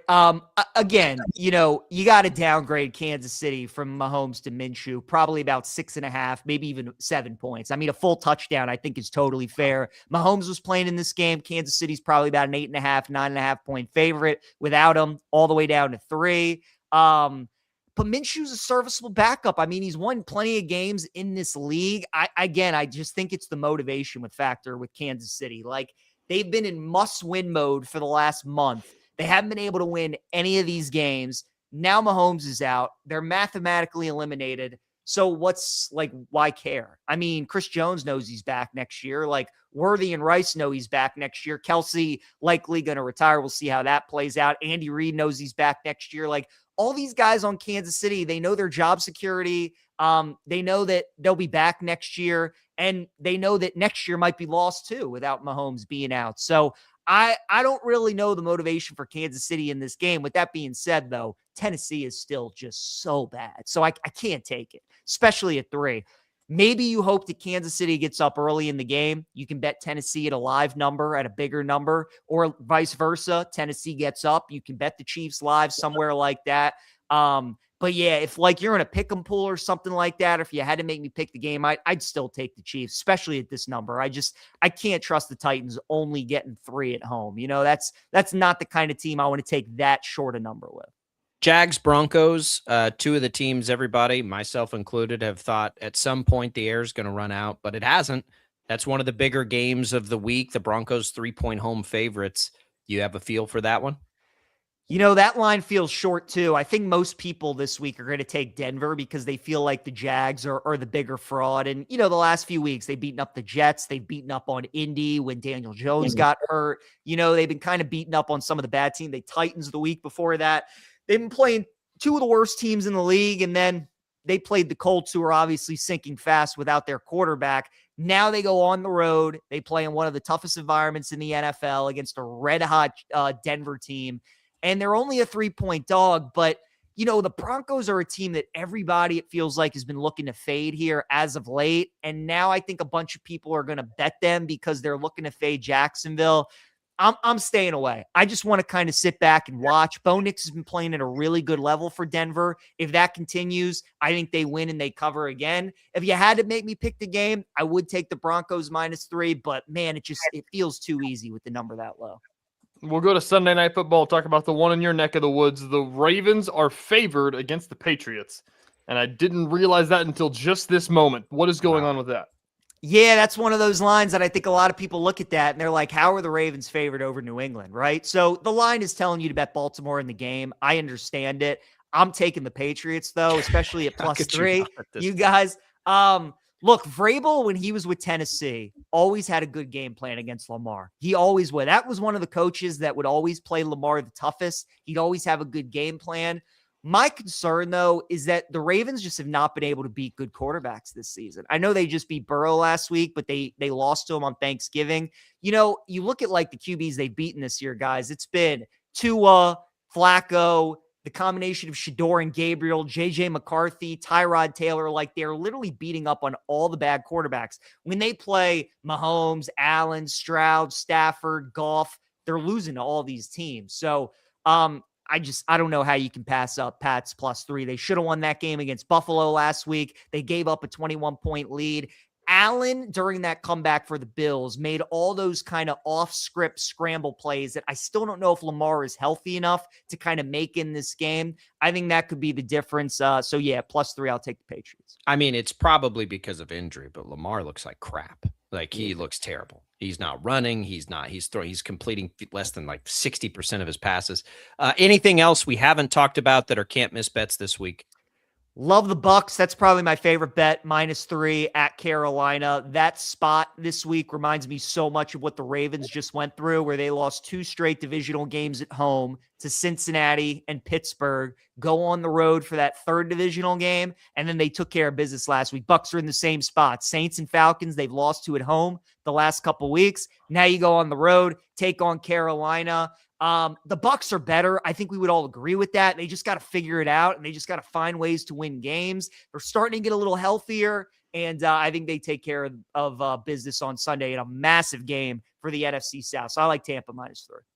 PJ, we appreciate it always. Enjoy Christmas. We won't talk to you again until we're not going to do that. We're not going to do this Christmas morning under the tree. Can we not get PJ on the phone? Probably not. We'll get with you, PJ, because we don't have a New Year's Day show either, and we've got some big games coming up. So maybe we'll find a spot in those limited weeks that we have to get some for sure college football bets. I mean, we got to have them. For sure. Have to. Yeah, I'll talk to you boys in the new year. Happy holidays, Merry Christmas, and good luck this weekend. All right, there goes PJ Glasser, betting insider, host of Send It In and the Inside the Betting Lines on BetMGM Network. Glad to have PJ with us. Glad to have some good NFL games. I mean, TJ, I'm fired up to have Saturday NFL football. I don't know what you're hating on. That there. sucks. Well, sucks for who? I want to watch college games and not then have watch to miss college. I don't want to listen. If you want to watch who's on, if you want to watch James Madison in Oregon, I'm absolutely going to watch that game. And I'm going to be at a Christmas party, and I'm going to miss all these games. Actually, which kind of sucks. I might be the guy looking at my phone. Me too. Yeah, I don't particularly love Saturday NFL football. I'm joking. I like it on my days that it's normally on. Now, when college is done and we're sneaking in and okay, maybe, but we're set. It's routine. It's a routine-based league. All right, we'll come back. We got Tim Fitzgerald next. Don't go away.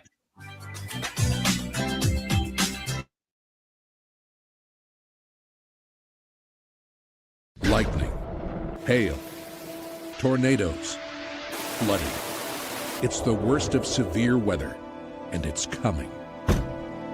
Spring brings warmer temperatures, but also dangerous weather conditions. Stay up to date day or night with the Storm Team 12 weather app. You'll get accurate forecasts, so you can plan ahead and stay safe, no matter the weather. Download the Storm Team 12 weather app, brought to you by Stutzman's Greenhouse. The future of television has arrived. Next Gen TV is here with stunning video, movie theater quality sound, enhanced voice clarity, and interactive features, all upgradable for the future. Learn more at watchnextgentv.com.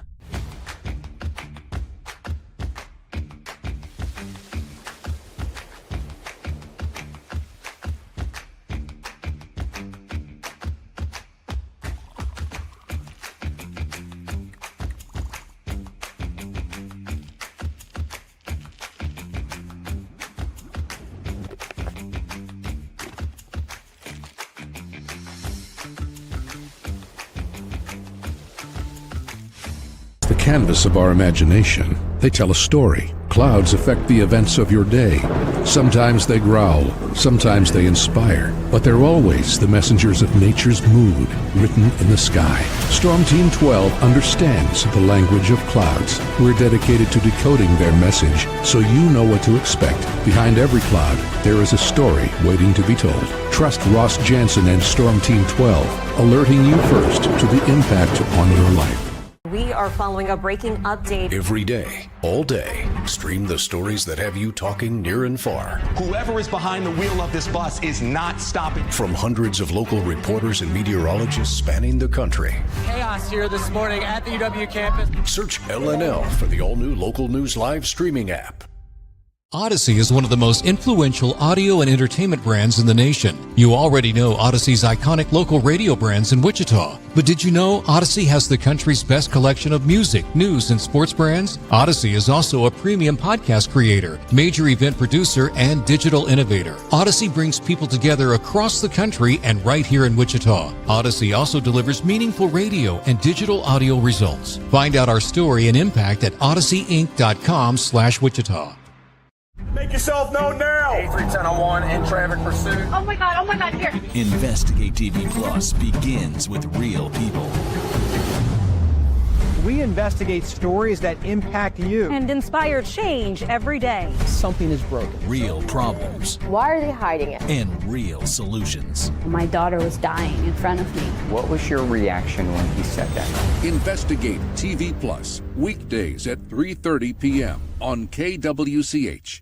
Sometimes people tell us, I don't get it, it's just tea. But let me tell you, we are so much more than just tea. With 20 plus flavors of sweet and unsweet iced tea, the possibilities are endless. Come on in and try them all for free to find your favorite or get us on the go for your busy lifestyle. And don't miss happy hour every day. So the next time someone tells you it's just tea, tell them to come by and find out why we say drink tea, be happy. Jim Rome here, lighting up your afternoons on The Jim Rome Show. Catch me starting at 2 on Wichita's #1 sports radio, Kansas Fan Headquarters, 97.5 and 1240 KFH.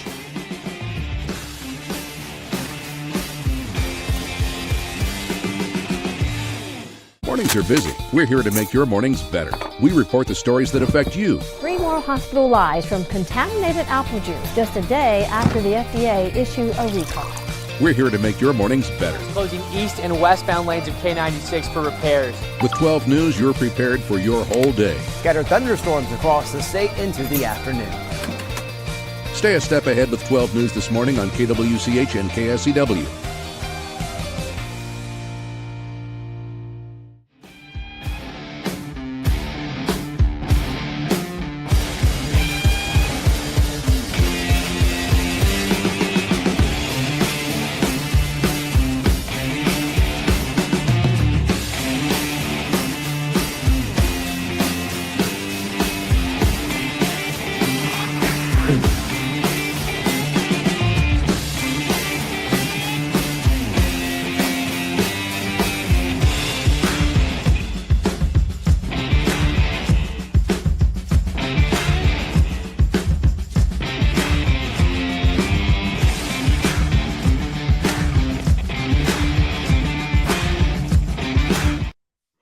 On KFH.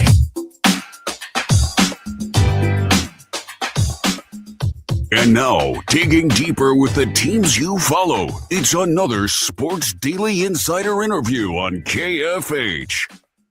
And we welcome you back in now and welcome in our buddy Tim Fitzgerald at Life of Fitz on X, publisher gopowercat.com.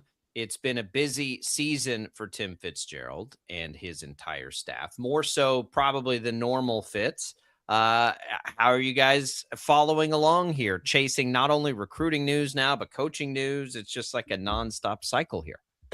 Yeah, it's been going since the week before I departed for Ireland. It's kind of crazy how extended this season's become with news, but it settled down this week a little bit as Collin Klein had to lock in and focus on coaching Texas A&M this weekend in the college football playoff.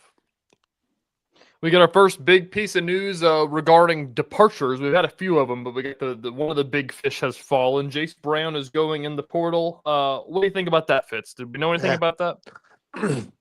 Not surprised. Probably going to happen no matter who the head coach was. I think he was probably departing. And it's just the way college football is.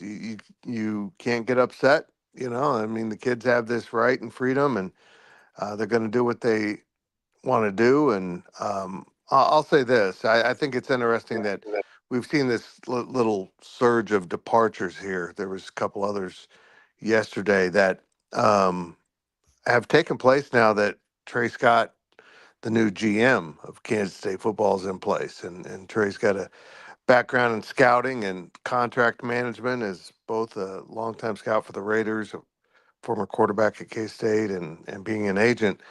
I find it interesting that this is happening now that he's there. It's almost as if they're letting these kids know this is the value we have set aside for you in this program, and if you feel like that's more, you need more, see ya. And I think we're seeing some see ya. So I was going to ask about Jace specifically, who's, I think by statistics is probably a top 10 receiver, but I don't know that, reality is. I just like, for me, it's jarring because we know he's closely tied to Avery and he's been the top option for so long. But I do think it's irresponsible of fans to not think, hope, and expect them to be able to go get better at that position than they've been. They've got to get better at that position than they've been, or they're not going to keep Avery Johnson. You're right. And, it's kind of a quandary. K-State hasn't had any breakout receivers in a while, and thus guys that could be breakout receivers don't want to come here. They feel like they won't be used properly. So, it's just that kind of cycle that K-State faces. But they do have to break through it. They have to find a way. And, maybe they feel like they've got some guys lined up.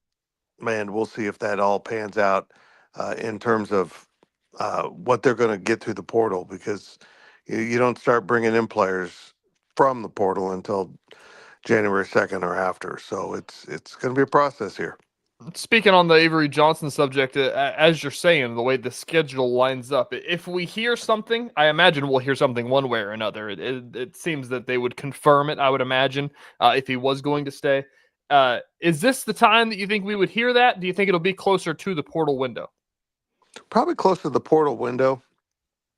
A big part of this, for Kansas State, I did a video on this. How far do you want A&M to go? Okay, they beat Miami this weekend in advance. Do you want them to win that one too? Because, that'll be December 31st, and now they're playing beyond the transfer portal window, but they are in the Final Four. So does the shine of that on Collin Klein reflect to K-State? So it's just an interesting question. How far is best for K-State to have Collin Klein go? Some people think win the national championship. Some think it is lose this weekend. So, but yeah, they're going to have a lot on their plate once everything settles down. So coordinators are going to be key here, Fitz. Are you guys getting any rumors? Are you hearing anything?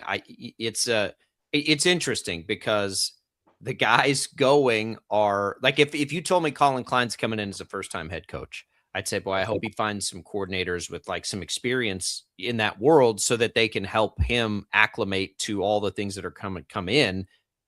But two of those guys, and I think not Clanderman as much as Matt Wells, but a lot of people are ready for a change there. Like, how does Klein, who's never done this before, approach that? Do you go hire young dudes you're giving them their first chance, or do you think he needs to find some guys that can help him as a head coach, not with coordinating necessarily, but the head coaching? Yeah, I would agree with that. But there's a balance here too, where they're trying to be youthful and find really active recruiters. I think the hiring or retention of Buddy Wyatt as former defensive ends coach, now defensive line coach, tells us two things. First of all, if he's coaching the entire line, it's probably a three-man front they're going to run.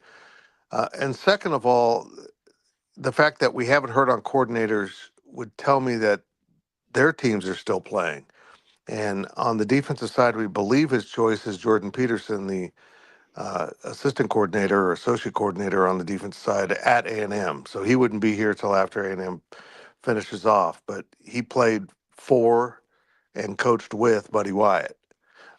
So that seems to fit the role you just said for the defensive side of the ball. Offense is a little bit more fuzzy because I think he's working with some coaches that, when you're trying to get coaches away from Big Ten and SEC schools, they can match the money. If they really want someone, they can keep them.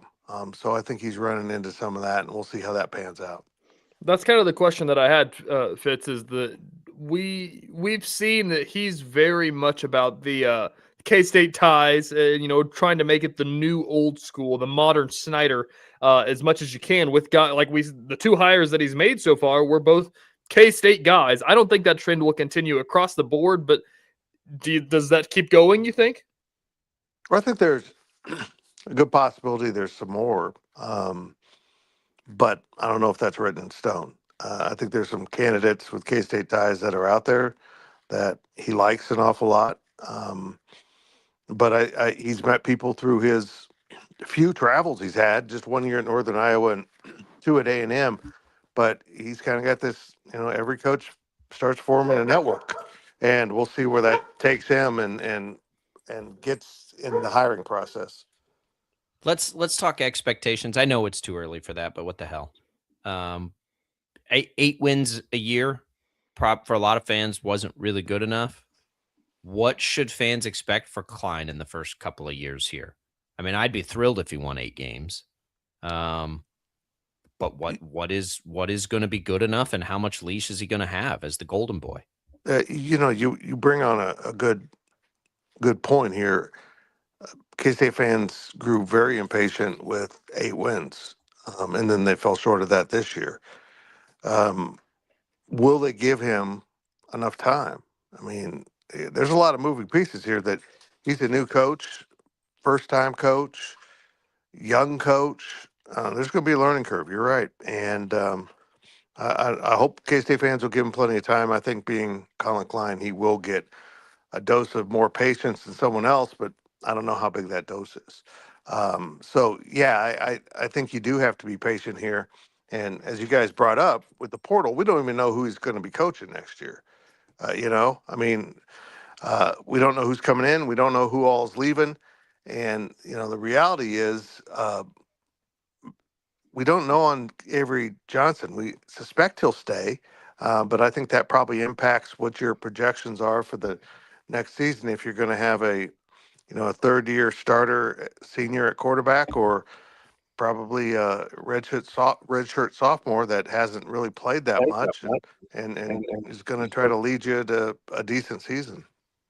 Fitz, we'll talk a little basketball. The Creighton win seems like it's pretty good, Like, it feels like they took a step back up the ladder, in my opinion.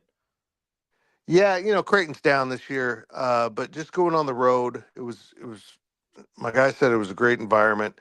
It was 18K in there, and it wasn't particularly loud because Creighton's kind of struggling, and this was a feature non-con game for them. And but that's a nice win. It stabilizes you, and it kind of showed who you are, though. I mean, they come out in the first half and are just spectacular once again, and then squander a 20-plus point lead and hang on for dear life and find a way to win at the end. So that's kind of who this team is. They're going to be hot and cold, but that is a good one. They needed that. They got 2 more they can win here before conference play tips off.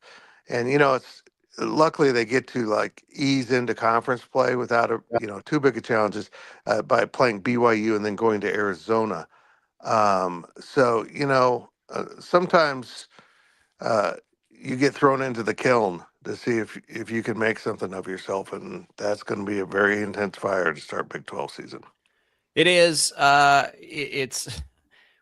We got to know who the players and the coaches are. The patience is not going to be a virtue here for the next month, I don't think. Nope. As Klein still has a job to do. Let's talk a little bit of hoops, Fitz. It's K-State's doing it just a little bit different than their peers. They won't play this week, then they play this weekend, and then they sneak one in at a little bit different of a time before the rest of them, but no issues there. What did you like against Creighton? It wasn't a Haggerty game, but they found a way to win a non-Haggerty game. I guess that's a good thing.